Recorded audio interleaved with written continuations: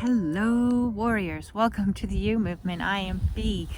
Wow, how are you enjoying Pluto in Aquarius so far? Lots of death, destruction. Pluto is all about dying before the rebirth, and so things are collapsing that aren't meant to be in our lives anymore, and things are being reset. We should call the great unfuckening the great reset, and that's what's happening for me and for a lot of other people I know out there. We are facing all our truths and the paradigms that are no longer working for us. Duality is collapsing, and we are coming into wholeness as we are forced to face our shadowy sides of self and all of the stuff that we've held deeply repressed and hidden for most of our lives. In my case, all of my life, 51, that's many, many years. And in the last few years, since this awakening began, one after another and after another, all of those shadow aspects of self have been popping out, being discovered, rediscovered again, so that they could be healed, the wounds could be purged, cleaned, released, let go, transformed or transmuted, alchemized into wholeness, into health and wellness, in understanding that self, me, myself, and I are combination of light attributes in which I denied. I didn't see myself as a good person. I had a lot of self-hatred, self-loathing that I carried with me throughout my life, a lot of shame, guilt, all of that stuff. And so clearing that stuff out, but also taking ownership of the stuff that you don't want to see, the addictions, the behaviors, the dating habits. That one I struggled with a lot as a woman. I've done a video in the past a while back on divine sexuality, and I certainly was not living my life in alignment with that for a long time. And then dysfunctional marriages that were full of toxicity and abuse and other relationships. So yeah, it's been a crazy, crazy ride. What this journey has been an absolute clusterfuck of self-discovery, healing, awareness, shifts and changes through quantum leaps of consciousness and evolution and awareness all coming in. And it's been a ride and a half. So for anyone else that's out there right now that's on this journey, whether it be a twin flame situation or a spiritual awakening, a kundalini awakening, just a healing, I don't know those words mean nothing to me, I just want to stop drinking. Whatever type of journey or recovery program that you're on, I hope that my videos that I've been doing over the last few years can assist you in this process that Pluto is asking us to do, which is to release all that crap that no longer works for us. And I have a lot of videos that I have reorganized according to category to help you navigate through, because I've done over 300 videos in the last 2.5 years, which is a lot. So I've got it divided up now by category in reference to body, emotions, mind. I've got a yin yoga playlist there that brings you to yoga with Cassandra. I've got trauma playlist. I have narcissistic playlist. I have all kinds of different playlists. So check out the playlists as a ways for you to navigate through the You Movement site so that you can find the material that you're looking for. Moving forward, I don't know what's going to happen. I've tried to do this in many videos, say, oh, I know what's happening next, and then ultimately I'm wrong. So I'm here now in today, dealing with today. That's all I'm allowed to deal with at a time. I'm on strict protocols that I'm not allowed to worry about tomorrow, regardless of the fact that there's a million things I could worry about.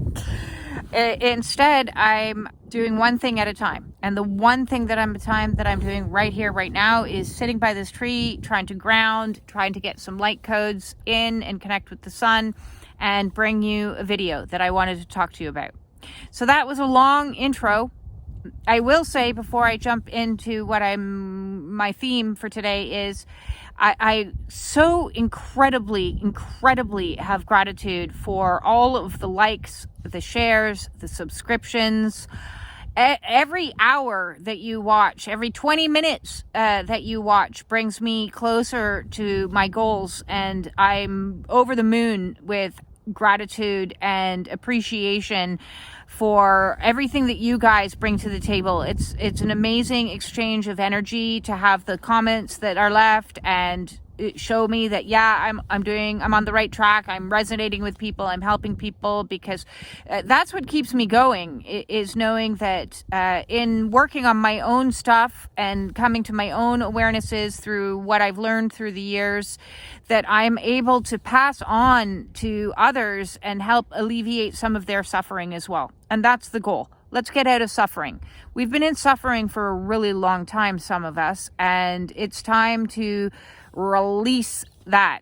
And as the Buddhists say, may you be free of suffering and all causes of suffering. And that is my prayer for you today.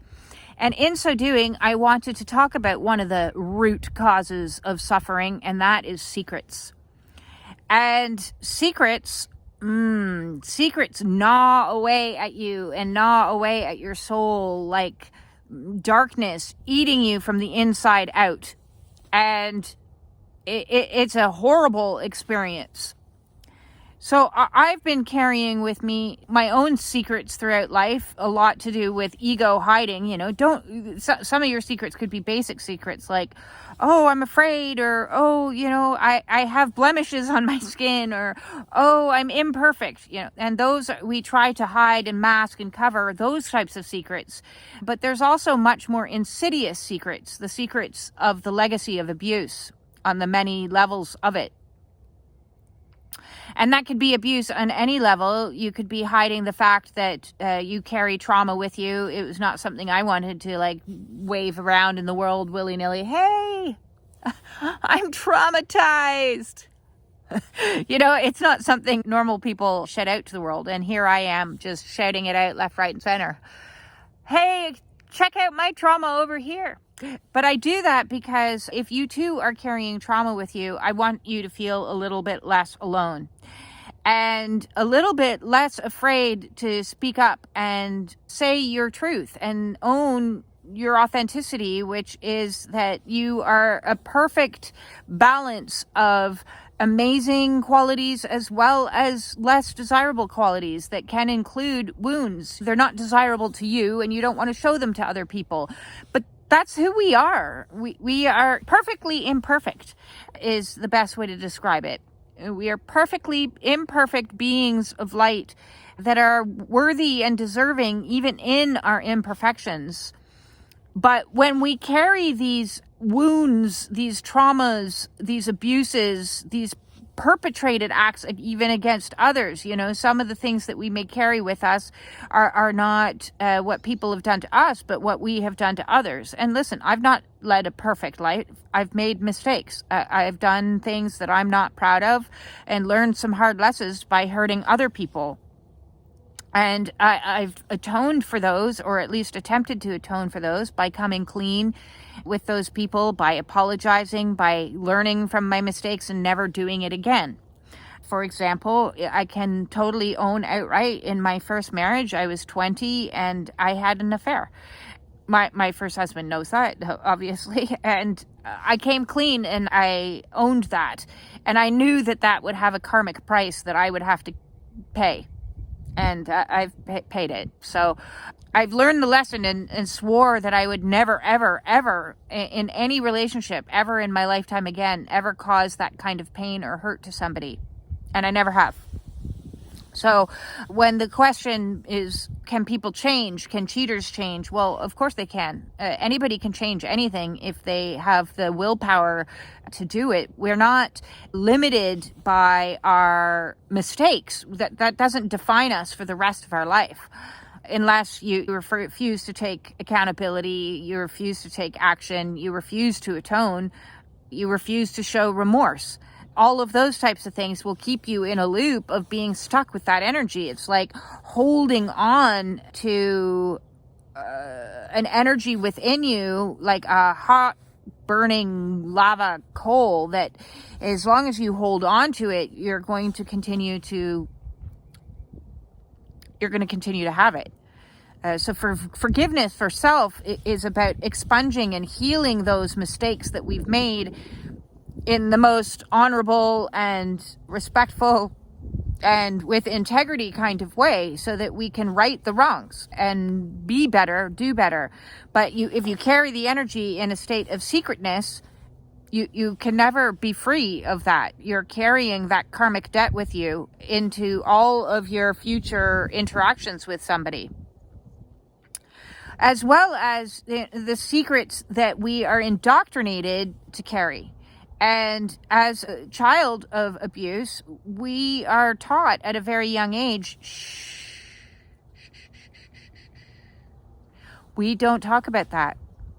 That's not something we discuss. We don't call the police. We don't call Children's Aid Society. We don't call out for help. We don't tell our teachers, our neighbors. We don't do those things, because if we do those things, there'll be repercussions. There's often a lot of threats that are associated with that, or shaming or punishment, actual physical punishment as a result of breaching those naughty little secrets that you're supposed to hold so dear. And so what I've discovered in my own life and through dealing and helping others is that when you carry that type of a secret with you for all of your life, what ends up happening is it like taints absolutely everything. It's like you have a nice clean glass of water with a new situation come in. That's a new friend, new job, new romance, anything. And it's like you have this little droplet of poison that you keep dripping into this fresh glass of water. And then you're wondering, well, why is this getting sabotaged? Why does everything always end terribly? Why does all these bad situations keep happening to me? And that's because the secrets, the legacy of silence. And breaking silence is probably one of the hardest things you can do. It is a devastating legacy. Learning how to speak your truth, and when your truth is an ugly truth, because the world doesn't want to hear ugly stuff. The world wants to hear positive, peace, love, spiritual bypassing, only good vibes or bust kind of attitude. And we've got to put a stop to this, because you'll never have bliss. You will never ever have bliss as long as you're carrying with you that vial of secrecy, that driplet that's going to drip into every single area of your life unless it's healed and dealt with. I hope that what Pluto is doing as it comes in is clearing and forcing all of this stuff to surface, all the yucky, mucky stuff that we need to go into the muck to unfuck, so that it can be truly healed, so you can indeed be healed. So what can we do to start activating that throat chakra, to start activating our truth, to start telling your story, even to yourself as a starting place? Start journaling it so you're getting it down. Start talking to a trusted friend, a trusted counselor. Start sharing your story. Take a risk and start sharing it on social media in small little drips and drabs, and see the type of support and camaraderie that you get from others that resonate with your story and feel your story. Start thinking about ways that you can show up in the world and share truth. Because the more you let go of all of this stuff and not keep it secret, not keep it held down, not keep it repressed, the more free you will become. And that's been my quest all along, is freedom. Freedom from the suffering, freedom from the pain, freedom from the hurt, freedom from the memories. And so I want to invite you, if you have a secret that you need to tell, you feel like it's time that I want to share this, and you need some support along your way with this path, reach out to a friend, reach out to me, let's book a one-on-one Zoom and see if we can help assist you come to a place where you can feel free to speak your truth and say it loudly and say it boldly. I loved the Me Too movement because it was a whole bunch of women standing up and saying, that happened to me too. And what I would like to start seeing is a lot of people standing up and starting to say, it was me. It was me. That was the one side of the Me Too movement. Let's get the other side. Let's get the other side going, where people start owning their stuff. That will balance a lot of karma and bring things back into balance, not only for the victims, but for themselves. And the only way to do that is through ownership. Yes, I made a post a while back. When Me Too becomes it was me, karma will be righted. And I guess that said, I'm going to wish you all a super awesome day on this warrior journey. It is not easy. It is not for the weak. There's no unicorns. Still haven't seen a unicorn. But I have seen a lot of warriors making inroads into ownership of all of their stuff. And to all of you guys that are doing that, kudos. You have my utmost respect. Thank you again. If this video resonates with you, like, share, subscribe, all of that stuff. Reach out if you need. Join the Facebook group. All the ways to do that is in the description below. And with that said, I hope you ground yourself into a lot of peace, love, and harmony, and let go of all of the stuff that's eating you up from the inside out.